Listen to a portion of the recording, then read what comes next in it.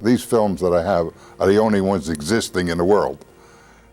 Some pictures of the Nazi front and Germans building houses out of ice, and you see the Russians coming in, and one scene where a German soldier picks up his rifle with the butt and hits the Russian soldier right in the head.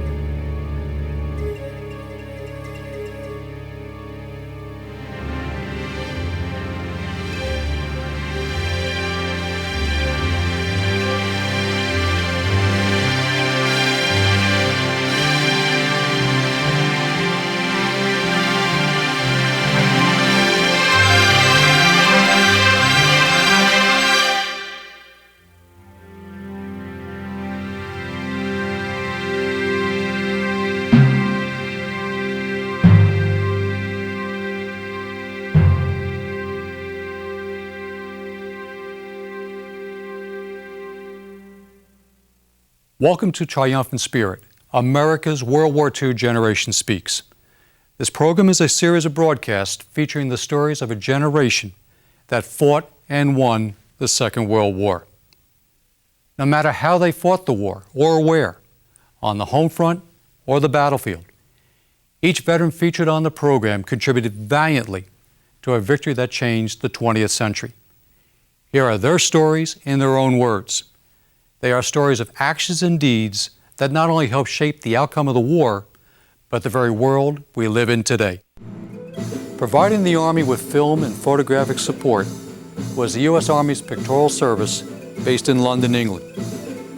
One member of the unit was Samuel Kaye, who rose to the rank of sergeant in the organization. He supervised the development of most of the combat film footage and pictures taken during World War II in Europe. What film never made it to the viewing room, Sam kept for posterity. What you will see during the course of this interview are film scenes from the European theater of operations never seen before. In 1942, I graduated high school, and I was looking for a job, and no one would hire these kids at that time because they were going to be drafted at 18. So I went down to the employment office, and they had a notice up there: if you join the active reserve, they'll send you to school, radio school. I was interested in Signal Corps work, radio. My father was a motion picture operator, and I was brought up in the booth of a movie theater. And I said, you know, this is a good deal. They pay you $25 a week, and you go to school. So I joined the Army, and my father had to sign the papers because I was underage. And I went to school, radio school in New York on Park Row. In the meantime, in between school, I was a movie operator. At 17, I was running movies all through the county. I came from Hudson County up north, and that's how I got into the movie business. I was then, after a year later in 1943, June of 1943, I was sworn in. And I was sent down to Seagirt, New Jersey, where I took my basic training. From Fort Dix, we were sent to Seagirt. And at that point, they were classifying you into different parts of the Signal Corps. And I wanted to get into Army Pictorial Service, and I was interviewed, and they said, no, you can't make it.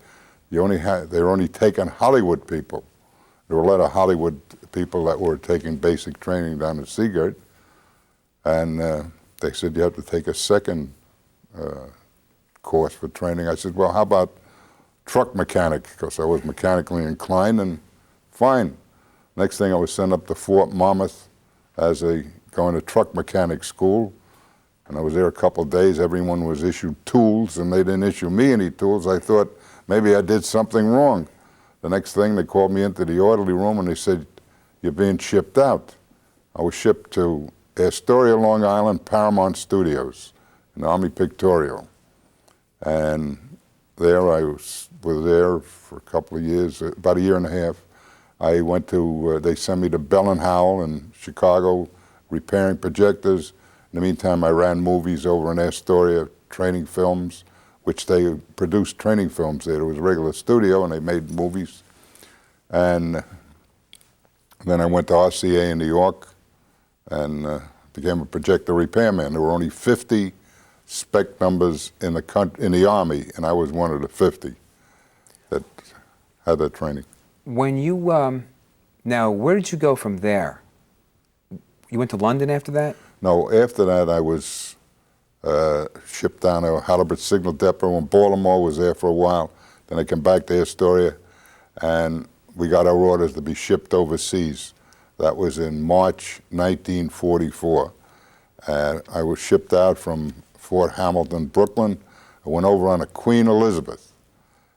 And Joe Louis was on that ship, you know, the fighter. That's before your time, but he was a great fighter. And we went across. It took 5 days to cross, and it zigzagged across the North Sea, and we wound up in Greenock, Scotland. And then from there, we took a train down towards Cambridge, which is a town called Bury St. Edmunds. And it was the last bombings, the German bombings in beginning of April of 44. So did you experience some of the bombings? Yes, the train stopped, everyone ran under the trains, and the planes were bombing, and you could see the buildings going up, and then they moved on. Now you were on a train headed towards? A town called Bury St. Edmunds near Cambridge. And the bomb started to drop. Can you tell me more about that day, or? Well, it was an experience there. I was 19 years old, or 18, 19 years old, and yet at that age, you'd be able to do anything. Nothing. You weren't afraid of anything. And then when we went into, this was before the invasion, and we went to this signal depot and set up a repair shop there for projectors, because the 8th Air Force was right nearby. And we could see the planes that went over, the B-17s that went to bomb in Germany. We saw them take off. And as you see in the movies of the half a wing and a plop out, we saw all that as the planes came back. And on a Sunday, we'd go to the Air Force base and get a parachute, and they'd have brand new B-17s come in, and we'd fill out the different positions. I sat in every position but the pilot's position, and they'd take sandbags and drop them in England, practice bombing runs. So it was a great experience being able to do that. How long were you in London? Well, this was before the invasion, and I had a brother that was in the 1st Division. It was in Africa, in Sicily and Normandy on D-Day, and he came to visit me in this Bury St. Edmunds, and he told me that the invasion is coming. And the day of the invasion, we were all confined to the post. No one could leave, and they knew the invasion was going on. And we saw these 8th Air Force planes go over with the gliders, and many of those gliders never got out. You could see them going down. They were being pulled by the planes, and they'd go right down, and you see these planes blow up. Why did that happen? Well, some of them were overweight, and they just didn't take off right. But I'm not too familiar with what happened with the Air Force, but I know that occurred. Now, you experienced some of the bombings while you were in London. Yes, so then I was shipped to, right after the invasion, I was shipped out to London to set up a repair shop for projector repair right in London. I was stationed like about 3 blocks from Grosvenor Square in the Claridge Hotel. There was a store, and I gave us a store, and that whole area was taken over by Army Pictorial Service. They had the V-mail, the combat photographers, anything to do with photographic units was in that particular part of London. And we took over houses, and one of the corner store was the mess hall, and the store was the PX, and was right in the heart of London. And I started from scratch, picked my men that I wanted, and we set up a repair shop that I have movies of and I have photos of, because I'd go into the supply room and draw a movie camera, and obsolete film that was a day old was like new, and I have over 2,000 feet of movies that I shot during the war. You have some fascinating films, and I've seen some of them. You also have some films that were from Nazi Germany, am I correct? Yes. How did you get them? Well, everything that had to do with motion pictures that they captured was sent back to this outfit, and certain people viewed it, and then they were just tossed out. Anything they tossed out, I took and I sent home. And I had some beautiful training film, German training film. They were German training films. Can you tell me a little bit about them?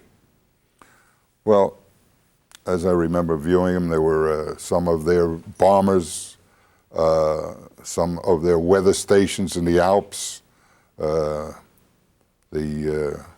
Nazi youth in one of the areas, the Russian front.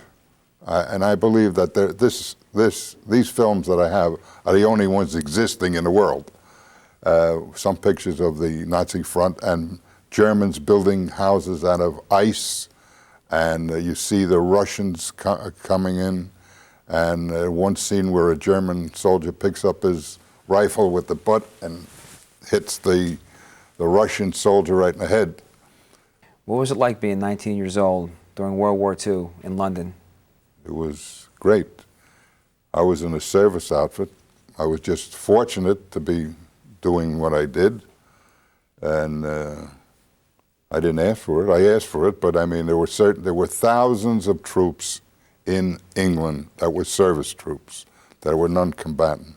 You know the story of the man behind the gun? Well, I was the man behind the man behind the man behind the man behind the gun. Just fortunate. And we went through the V1s, which was a terrible experience, where you'd sound like a motorcycle, you'd see it flying in the air. When that motor stopped, you ran for the underground, because that's when it just blew up right in front of you. And the V2s, you didn't hear anything except the explosion. You went to Paris. Yes. My first trip to Paris was in a Jeep with a machine gun across the front. Drove the Jeep up to the C-47 with my lieutenant, and we flew into Paris. Landed, and I have movies from the Jeep that I took right from the windshield.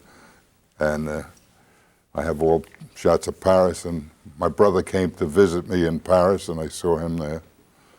And it was still firing in the street. There was maybe a week or so after they took Paris.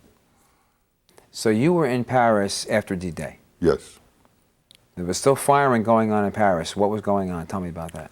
Well, they're probably still looking for Germans that were hidden in the houses or wherever. What did you do in Paris? What was the nightlife like? Well, I had a friend over there that said, we can go to a nightclub, but there was a 10 o'clock curfew.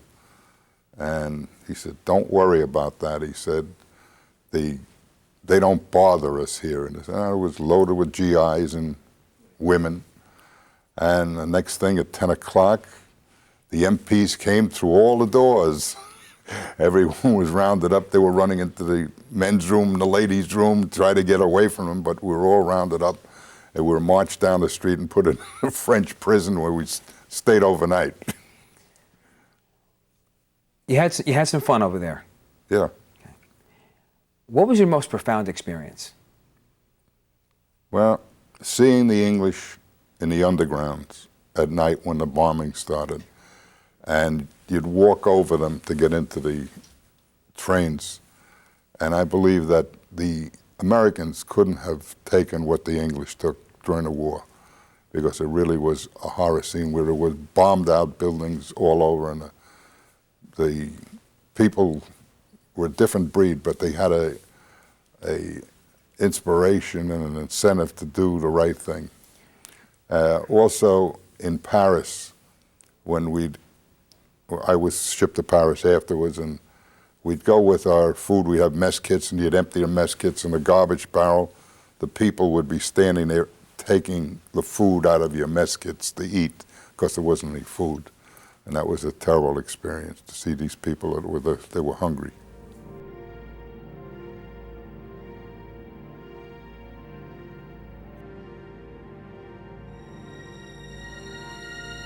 So you shot film yourself? Yeah.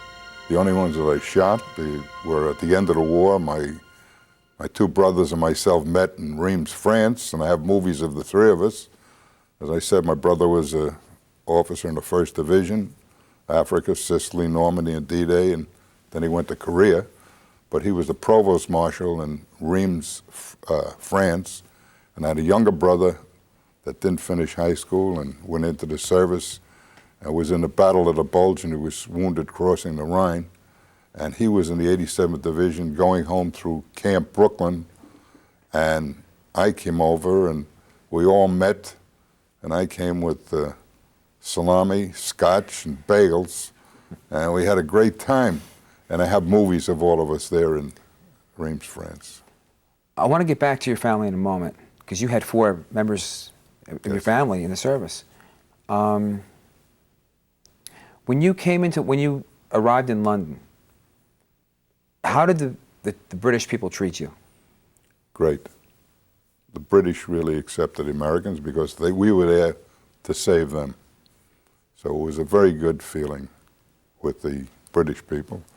French, we were there, my wife and I, 25 years ago, and I don't think they even remember that there was American there except for the Arc de Triomphe with the Eternal Light. In fact, I wanted to take a picture in front of the Eiffel Tower, and I had a camera, and I asked a Frenchman, would you take a picture of the two of us, you know? They walked away. I mean, really friendly people. So that's my feeling towards friends. Getting back to your family for a moment. Now, you were one of 4 of your family. All 4 members, all 4 children of your family were in the service at the same time, I believe? Yes. What did they do? Tell me about them. Well, I'd like to just give you a little background. I come from a military family, and being Jewish, it's unusual to have a military family. My grandfather was in the service. He was an Army tailor way back when, and my father was an Army brat, and he was brought up on a post in Fort Hancock. And he went into the service. He was stationed at the Statue of Liberty. And that's how he met my mother in New York. And he got married and he went out. But a very funny story when it's a family joke. During the Depression years in 1914, 1915, he told my mother that he joined the club because in those days you got paid for going to a club. The club was the National Guard. Now this club sent him down to the Mexican border. And I think he had two children, but he was sent down to the Mexican border with Poncheville and Pershing. And I have a picture of him on a horse down in Fort McAllen, Texas. And my brother, as I said, I was brought up in an Army family. I always had that military feeling in me. And my brother was in the what they call the Citizens Military Training Corps. We went there for 4 summers, took correspondence courses, and had to have 2 years of college, and he got a commission in the Army. And then he got a regular Army commission as if he went to West Point, which were very few in the country. And he went to Africa, as I said, the invasion, Sicily, and then he was in Omaha Beach, Normandy. And my sister joined the Spars, and my other brother, as I said, went in. He was in the 87th Division in Battle of the Bulge. And my mother had 4 stars hanging in a window, which was unusual. And she got one of the telegrams when he was wounded, and which was something. Tell me a little bit about the Spars. Well, that's the women's portion of the Coast Guard, like the waves for the Navy and the wax for the Army. So it was that she was stationed in Washington. And so she did her bit. How about some of your friends that you were, did you know anyone that was killed in battle? Yes, some of my classmates. Because on after Pearl Harbor, I was in class and the teacher called us, sat us down and said, some of you in this class will be going away, but you won't be coming back. And it was factual. Because we were like in the first class that went into the war in 1942. When you were told that, what did you feel? You don't feel too much at 17. It really is just, well, you don't take it to heart. But when you came back and you saw that these fellows weren't there, then you really said how lucky you are that you were able to come back. And I feel that I've been very fortunate and very lucky. I think I have a lucky star sitting on my shoulder. Do your friends talk about your war experiences much? Yes, I have a particular friend that I went to radio school with and met him in London and said, how'd you like to be a projector repairman? And had him transferred into my outfit, and he was made a corporal.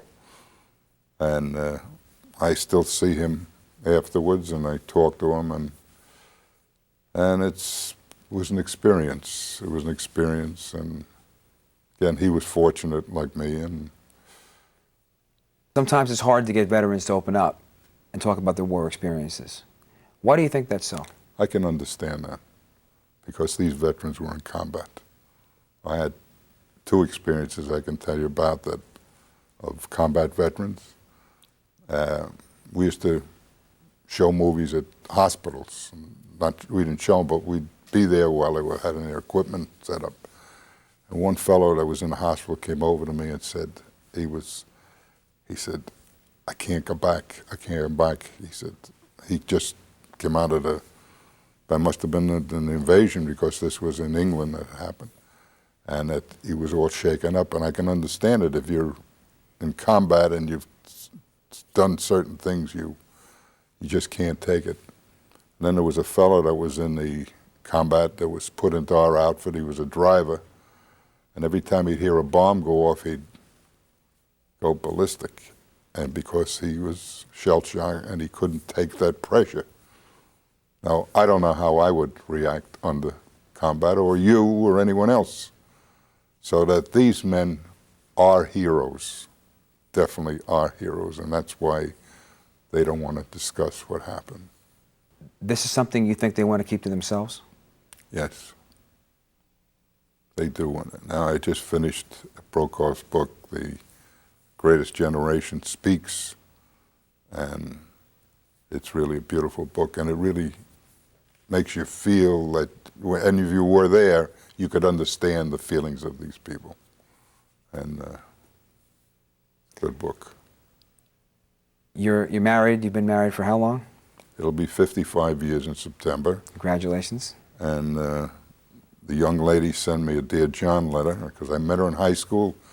She was 15 and I was 16, and she walked into a classroom and I said, I'm going to marry that girl. Only she had different ideas. And she wouldn't go to the prom with me. And when I was overseas, I had her picture on my bench, in my shop. And I said, she wrote me the Dear John letter. When I came home, I was at Fort Dix, and I was coming out the gate, and a big sign, join the active reserve. And I said, you know what? I'm going back and join the active reserve, because if I don't marry her, I'm going back in, because I wanted to keep my rank. And then her parents were in a retail business, and I walked into the store with my uniform, and her mother said, I found out later, oh, my troubles are starting again. But my wife had different ideas, and we were married. Well, you had a happy ending. Some guys didn't. How about guys that got Dear John letters? Can you just tell me a little bit about that? Well, the individual, it all depends on what the relationship was, and I guess they felt, well, this is it. This is the end, and maybe maybe it was depressing enough that men that were in combat that would lose their heads and be killed because of that. Others would say, well, fine, I'll find someone else. So it all depends on the situation. You shoot any combat footage yourself? No. Okay. No. You shoot stills?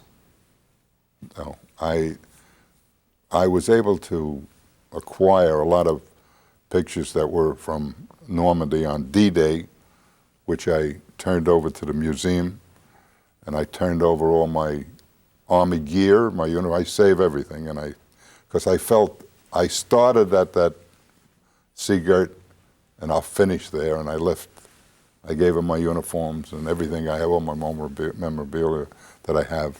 What is the legacy of World War II? I think